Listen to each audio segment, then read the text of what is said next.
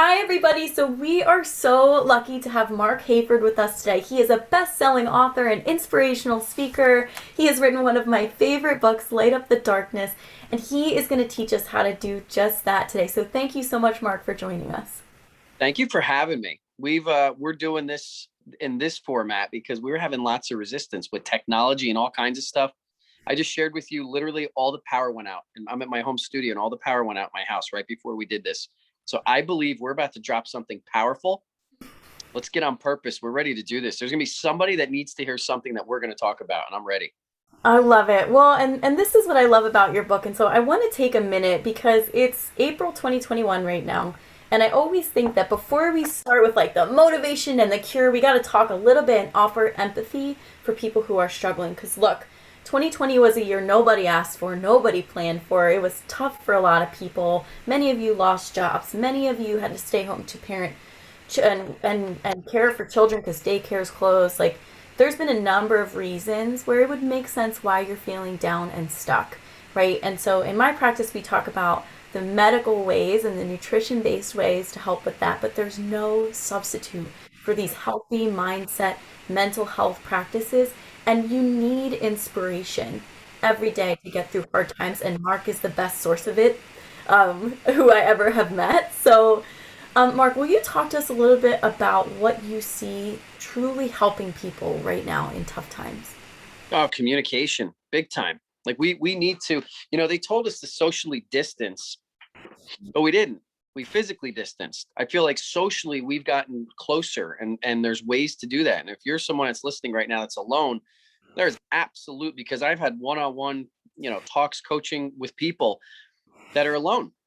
We don't have to be alone because there's people just like you that like the same things you like, that are in a community that you're in, that are looking to connect. That's why we have these social media platforms. Who cares about my stupid selfie? Who cares that you hate traffic? Like, let's use this stuff for good. Start connecting, start building one another up, start encouraging one another, start communicating and get that. Forget getting back to what it was. Let's make it better than what it was. Maybe this was a nice timeout reflection point where we can look at stuff and go, yeah, you know what? Maybe we weren't doing stuff so great in 2019 and leading up to that. What can we do better? Maybe we, instead of thinking about, we're always so worried about Kate, and I'm like yelling at you with love. So just that. Okay. We're always like holding on to something so tight, right? When you're holding on to something so tight, you don't want to let go. Well, how are you going to receive something greater? You got full hands, right? So stop holding on to all the stuff and everything and the way it was, because the Billy Joel said it the best in one of his songs, right? The good old days weren't always good. Tomorrow ain't as bad as it seems. He does it better. But yeah, but here's the thing. You got these apps out now that are like, like this. You have the Facebook groups that you can, build in community. You can connect with people offline. They got a new thing called Clubhouse where you get in rooms and literally people from all over the world can talk about like-minded conversation. There's all kinds of ways. And you can either be someone who's connecting, or you could be a connector. You can be an advocate. So, we all have issues. We all have things. We all have problems. We're all human. We all have struggles, right? But here's the thing. There's somebody that would trade places with you in a heartbeat. So please be grateful, be thankful for a lot of what you do have. I didn't say be satisfied. And I'm sure we're going to get to that because I believe we are insatiable beings. I don't even believe that's a bad thing, but be thankful, have gratitude, have an intake, do an intake of your life and take some stock in what you do have and the people you do or don't have, the relationships you do or don't have, even some of the things you do or don't have, or your home or your place or wherever you live, your pets, anything. There's so much to be thankful for. And if you're still here, you're hearing our voices right now, you're not here just to survive, you're here to thrive. That's what it's about. That's what we're doing. Let's thrive. Woo! Okay, so guys, pin this video because I want you to come back to this when you are feeling down. Because think about how you felt at the beginning. Do you feel a little more hopeful and inspired just after listening to Marc? So I want to take a minute to describe like the neurophysiology of what's happening here. So we are wired to mirror, and we're wired to watch people's facial expressions and to hear their vocal tones, to take cues about our environment and how safe we are and what we can do. And so it's actually medicine to look at someone and to hear them really pumping you up. It will shift your nervous system into a state where you feel like, okay, I'm ready to go. Let's go. And Mark mentioned a bunch of places that you can connect with people: Facebook groups, Instagram. You are the 5 people you surround yourself with, including social media.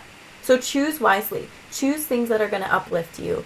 And one of the things we say in my practice all the time is wherever your pain point is, whatever breaks your heart, move towards it, right? So you're brokenhearted because of racial injustice, or you're brokenhearted because of isolation. Go find someone suffering from that thing and go help them.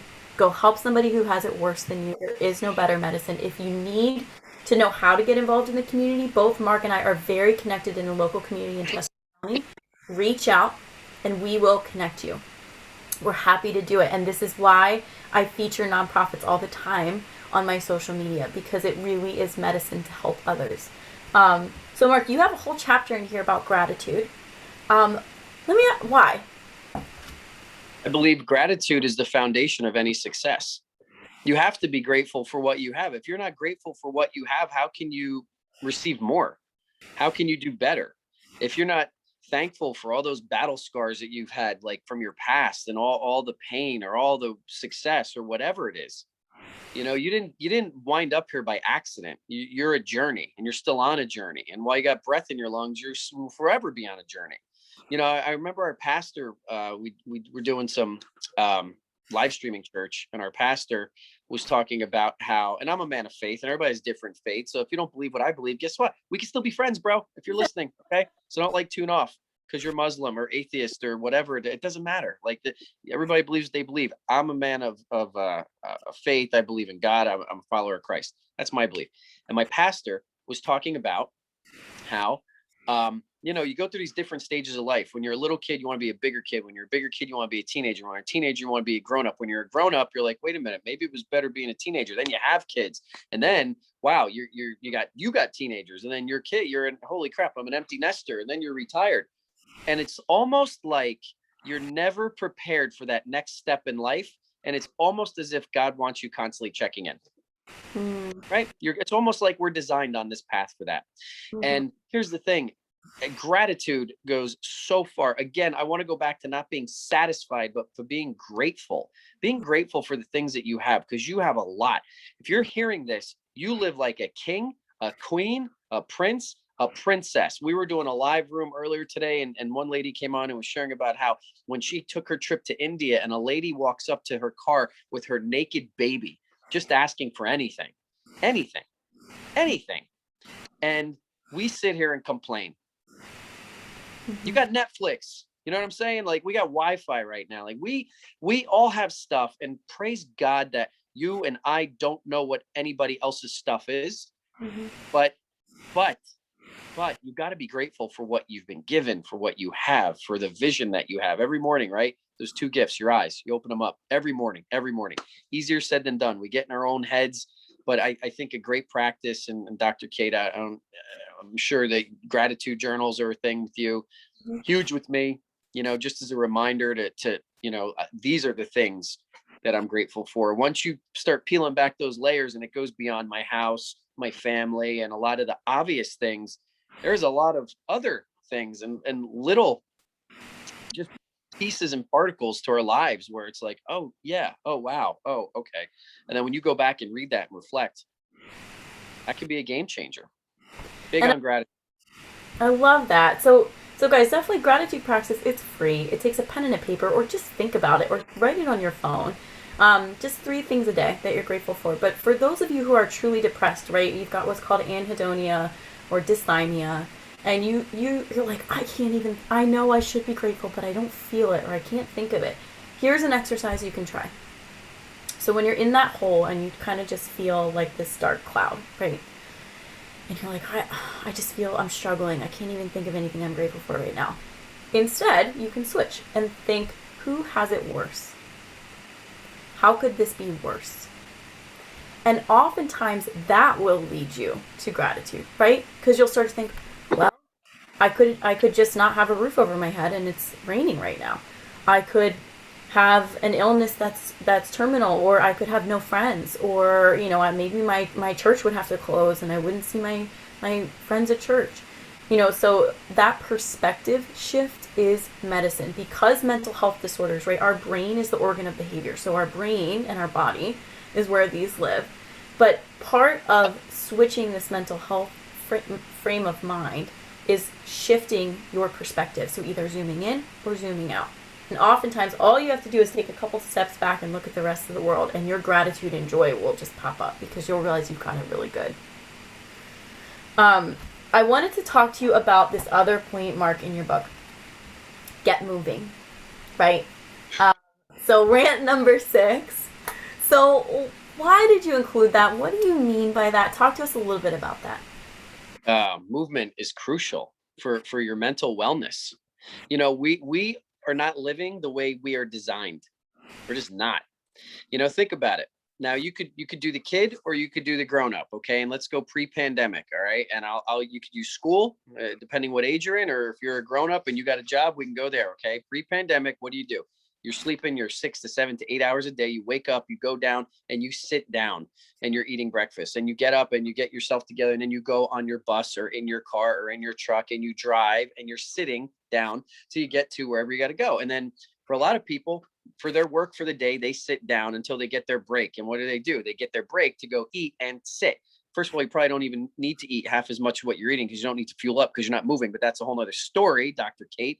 And then you get done with the break that you're allowed to have. And now you go back and what do? You do either your work or your school and you're sitting down until it's done. Then you get to go back in your car and sit down and you come home and then you go sit down on your couch or on your bed or at your table and you do the rest of your work or you scroll your phone for 5 hours and then you go watch Netflix, chill and go to bed and wake up and do it again. When do we move? When are we getting physical? And people are getting older and fat and sick and unhealthy. And then we're going to throw drugs at it. And we're going to say, that's the fix. That's not the fix. That's the Band-Aid. The fix is move, get movement. Just like when you were young and you were a kid and you would go out and you would play. You know, there's something grounding, and it's also known as earthing. When you simply go outside for 5, 10, 15, 20 minutes, read a book, sit down, and your feet are touching the ground, bare feet touching the ground. There is energy coming from the earth, and we're wearing these rubber soles. Rubber is blocking energy, electrical, all of that. But for when we're talking movement for ourselves, like it is crucial. It is you release so many chemicals from your brain, the physicality of it, just the momentum, creating momentum aspect of it. I mean, where do you want me to go? The movement is crucial, and we don't do it. And every friend that I have that is in mental wellness community that bleeds over into whether they're a physical therapist or they're some type of a doctor of motion for whatever their specialty is, or even chiropractors, they will tell you like, you got to move, baby. Like you just can't be sedentary and sitting there the whole time. How do you feel when you're sitting there? You feel like, right? Because that's the state. That's your physical state. Have you ever gone to a Tony Robbins or anything and they see this, woo, and they see the jump in and you're like, they're a bunch of wackos. No, they're not a bunch of wackos. That's science. That's switching the chemicals that are being released from your brain. That's changing your physical state. Before I come on and I do a live, I'm literally slapping myself in a face because I got to bring a message. I can't come like, hey, how you doing? It's Marc Hayford. No, because that's not Marc Hayford. And I got to do what I got to do. You got to change your state. You got to get to an elevated state. Even if you do it for 15 minutes a day to raise your heart rate. Yeah. Well, you're not living the right way, basically. We need more movement. I love that. Well, and this really hit home for me, I think, when I was in medical school, learning about the cardiovascular system, because I want you to stick with me for a second, guys. When you picture the cardiovascular system, right, you've got your heart, you've got arteries that bring blood to places, and veins that bring blood back to the heart. Now, there's one pump in that system, which is the heart muscle, right? Every time your heart pumps, it moves blood out. But what brings the blood back? Gravity or movement. So your veins actually don't have a pump. So your venous blood flow, right, bringing all that blood back to your heart to get recycled, relies on you moving around. This is why when you sit on a plane for hours, you're more likely to get blood clots, because the blood is pooling in your feet due to gravity. You're not moving around.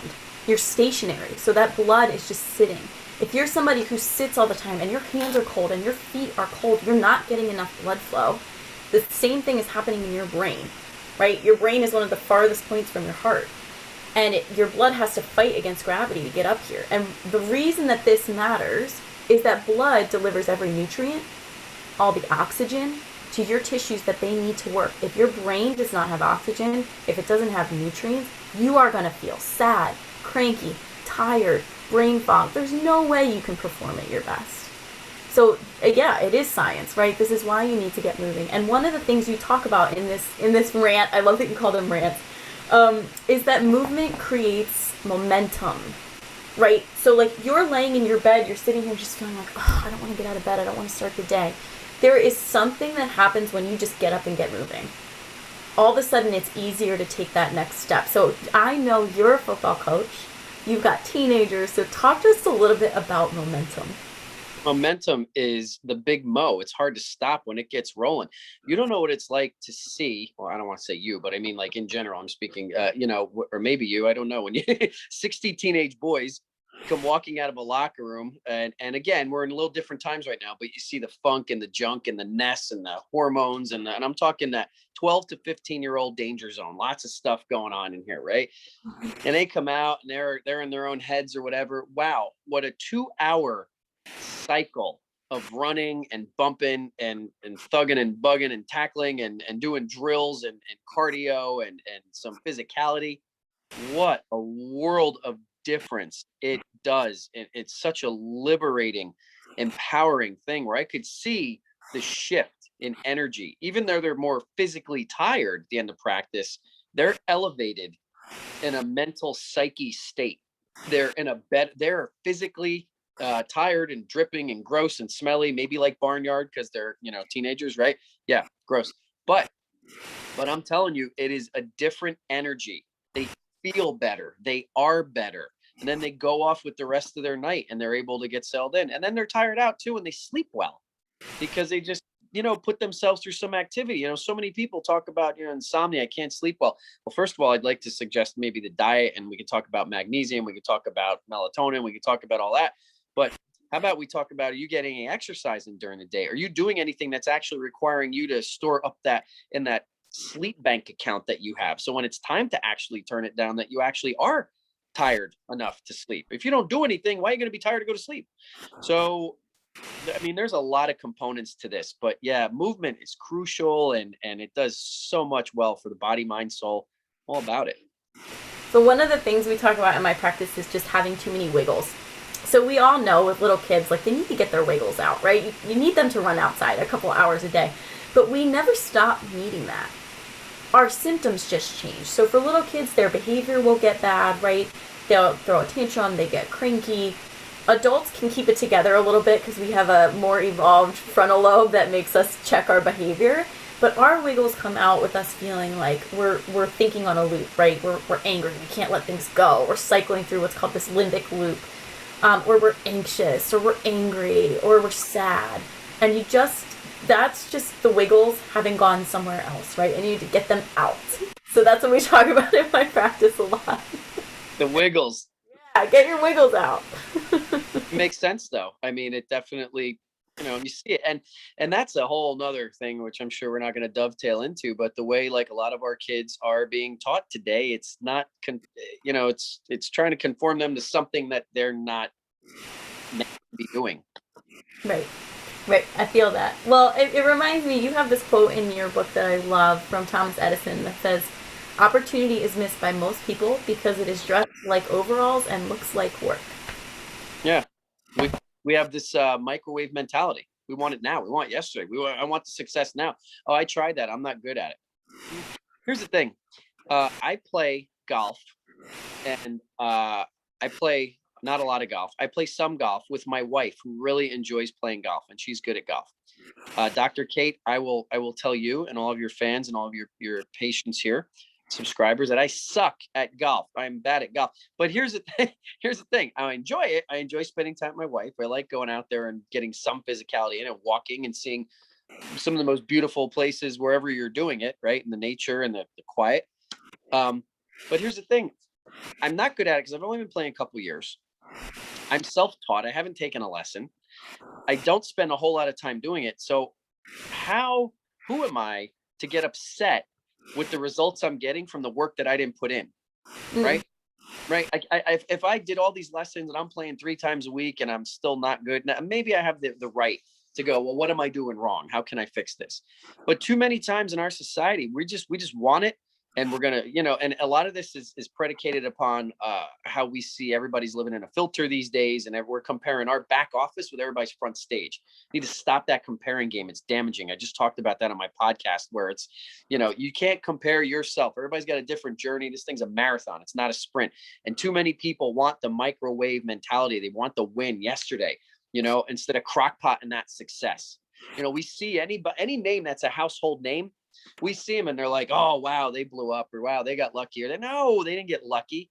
I saw Rachel Hollis live a couple years ago, and she's the girl Wash Your Face and author for a lot of those books. And I saw her live, and something she said, which struck me like, oh, okay, I just wrote my first book at the time, Get Up, and about a couple years back. And it's a journey, right? You're constantly growing and learning and moving. And she was talking about how someone said to her, wow, I read your Girl Wash Your Face, your Girl Stop Apologizing book. And wow, I love that you got to write your first book and it's great. And she looked at the person and said, my ninth book. But we didn't see those other 8 books, right? We saw now we see her on stage and woo, and the whole thing. And it's like, wow. And she came out of nowhere. No, she didn't come out of nowhere. She worked for that. The person at the top of the mountain didn't just get dropped there on a helicopter. They climbed that mountain. They scratched and crawled and bit and fought and bled and cried and did whatever it took to get there. So you can't be upset with the results you're getting for the work you're not putting in. And so much success is based on hard work. Not all the time. And what I mean by that is you could work hard and not work smart and still not get results. But in general, when you have a system, when you see something, when there's an opportunity and you're not willing to put the work in, or you're going to quit too easy, or you're just not willing, this is a big one for me, not to fail forward. You're just going to expect, you get knocked on your rear end a couple times and that's it. What do you expect? 10,000 hours is what they say creates someone at expert level. You can't try something 3, 4, 5, 8 times and then quit. I talk about famous failures in my first book, Get Up. And one of the ones I talk about is Abraham Lincoln. He's on your $5 bill, baby. Now I know everybody's rocking Bitcoin and everything, so you don't have a $5 bill. But if you did, Abraham Lincoln, 16th president of the United States, ended slavery, Civil War, the whole thing, right? Yeah, he's great. He also lost 8 elections before becoming president. His fiance died, and all his businesses he had tanked. And I'll go back to what I just said: 8 elections. Not 1 election, not 2 elections, not 3 elections. That's 4 times people told him he sucks. 5 times we don't want you. 6 times the other guy's better. 7 times no. 8 elections. Wow. How many would have stopped after the first loss? How many never would have started? Because we get in our own heads. Get out of your own way. You're put here to be great. Love this. Woo! So again, pin this video, guys. Come back when you need a boost of inspiration. Something I hear you saying, and I want to break this down for someone who might be at home with a pen and paper, right? Hopefully you've already written that you need to do your gratitude, you need to move. A lot of what we do, we set goals the wrong way in our society, right? So we say, my goal is to be happy. That's an outcome goal, right? And what you really need are process-oriented goals. So you need, like, what are the ingredients it takes to be happy, right? Gratitude, movement, purpose. So make your goals part of that, right? So don't make your goal be happy. It's write down my 5 things I'm grateful for every day. Move an hour a day. Compliment 1 person a day. Give back to my community. And then you'll be happy when you do those things consistently. You can't skip over the vital components of practice and just get to the outcome. So I think that's great. I want to just take a minute and remind people, if you're someone who's at home and you're down, forgive me if I said this already because we've tried to record this 3 times now. But some of you are really low and you're thinking, oh, I know this, I just can't. Don't discount the fact that you may have a neurotransmitter deficiency or a health issue that's holding you back, right? If you're like, God, I used to be this person. I used to do these things. Ever since I got hypothyroidism 3 years ago, it's like I can't get out of bed. It's like, this is why medicine exists, to help you, because sometimes some of you really do have a condition that's in your way.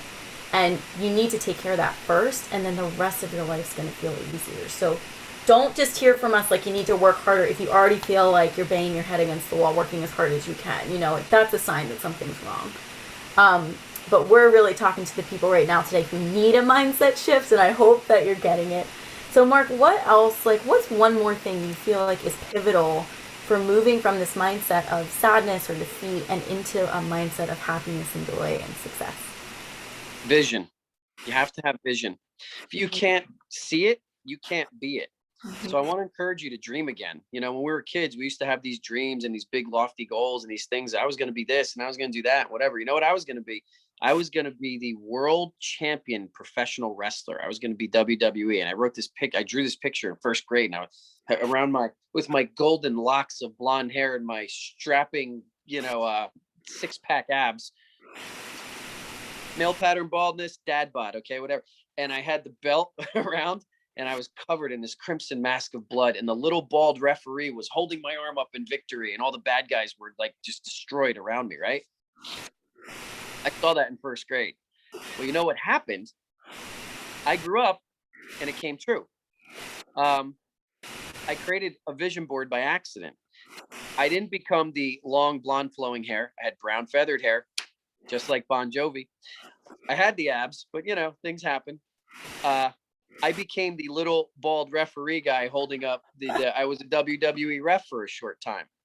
And I think it's about having vision for people, though. And you really, really got to see yourself not where you're at, but where you want to be. And that's the very first process, I think, is being part of success. And then you got to take action steps to work backwards. Jim Carrey talked about this on an Oprah interview. It was a great interview. And he talked about how he wrote himself. He would sit there. This is before he was really known. He was just starting the early 90s in his Living Color, act and everything. And he would sit there in the Hollywood Hills in his beat up car, and he would stare, and he would just envision, he would just picture, and he would just take time and meditate and think on it. And he wrote himself a check for $10 million. And he put a date on that check, and he put it in his wallet, and he would look at that check several times a day. A handful of years later, I think it was 3-4 years later, when he secured the part of Dumb and Dumber in that movie, he was given $10 million on the date that he wrote the check. So that's on YouTube. You can Google that. But something he talks about, which is the important part, he said he did that, but then you can't just sit on your couch and eat a peanut butter sandwich. Like, you got to put the work in, you got to put the time in. But I am big on visualizing. You'll hear a lot. If you're really careful, when you see some of these professional athletes, whether it's, I don't care if it's cage fighting or if it's women's tennis or if it's the NFL, and somebody achieves something great, a lot of times they might drop a little something. You hear them say something about visualizing, how they've seen this before. They put themselves in this state, or they knew that was going to happen. There's something to that. And the winners are saying that. It's not the person that's complaining. It's not the person that's asking 50 of their unsuccessful friends, what do they think they should do with their life? It's not the person that gives up before they get started. It's the winners. And they visualize and they see themselves as great. And they start to believe that. And that's a daily practice. It's like going to the gym, Dr. Kate. You don't go to the gym once, you work out and you're like, look, I got biceps for life. It doesn't work like that. You got to go, and you got to keep going. You got to keep going. This is, the persistency wins. And that's important to note. But I think visualizing something, seeing yourself as wherever that is, that's the beginning of it. That's planting the seed. Now, now you got to go put the work in. You got to water that. You got to give it the sunlight. And then you can reap the harvest. I'm spitting and yelling. I don't even care. It's great. It's great. Are you invigorated at home, y'all? Because you should be. And I want to talk to the people who are like, I don't even know what to visualize. This is where you can start with a list. How do you want to feel? How do you want to be? How much goodness can you let in? What's the best version of your life you can imagine? Whose life do you wish you had? Start to write down those attributes. This is also where social media is very powerful. Look, if you've got social media, you're likely a teenager or an adult. You are responsible with what you feed your mind with. Stop following Instagram models and these influencers who are living these fake lives, and start following truly inspirational people. If you need a list, go look on my Instagram at who I follow. Right? I follow like these CrossFit competitors, strong women who are parenting well, women who I look at them and think like, cool, I want to be like them. You know why? Because I want them popping up on my feed multiple times a day to remind me what I'm going for. And so this is what you need to be doing with yourself. This is why vision boards are so powerful. But if you need help getting started, that's a way you can get started. So Marc, this has been so great. Thank you so much. I need to have you back like once a month. Where Do can it. people get more of you? Because this is your mission, right? To help people and inspire people. And so you're doing it on multiple platforms. So where can people find you? Yeah, thank you so much. Well, the thing that I have going on right now is the Get Up podcast, and you can hear that wherever there's podcasting platforms. I mean, it's Apple, Google, Spotify, Anchor, whatever. So wherever there's podcast, the Get Up podcast, your A to the L to the E to the X to the A. I'm not going to say it because then it goes off in everybody's house. But the A to the L to the E to the X to the A, who will tell you time and weather and date. If you say, "Hey, play the Get Up podcast," or the Marc Hafer Get Up podcast, it'll do that. Yeah, so there's that. Like I said, Light Up the Darkness is out now. It's my third book. It hit top 10 in self-help, neuro-linguistic programming, and sports psychology, which is interesting because it's not a sports book, but I talk some like we talk about here. I drip it in. And that's on Amazon. It's also on my website, marchayford.com. That's Marc with the C, because my mom wanted to make it confusing for the Starbucks barista. Yeah. But yeah, marchayford.com. Check on Audible because Light Up the Darkness is pre-sales now. It's live, baby. You can go get it. But May 3rd, we're lighting up the darkness. And in that book, Dr. Kate, we touched on some of them. I give 9 key components that I believe the commonality that all successful people share. We talked about some of them: gratitude. We talked about vision. We talked about motivation, which is funny because there's a war on motivation right now from a lot of the experts. And I completely, utterly disagree and trash that idea because I believe motivation is important in certain aspects. But yeah, that's all in the book. And, I'm everywhere. If you're on social media, I'm out there. Hit me up. And, let's connect. Well, thank you for all the work you're doing in the world. You certainly motivate and inspire me. I'm so grateful that you're working with the young men and the young people in our community, especially, who really need this type of message right now. So thanks, Marc, and we will talk with you soon. Thank you so much, Dr. Kate.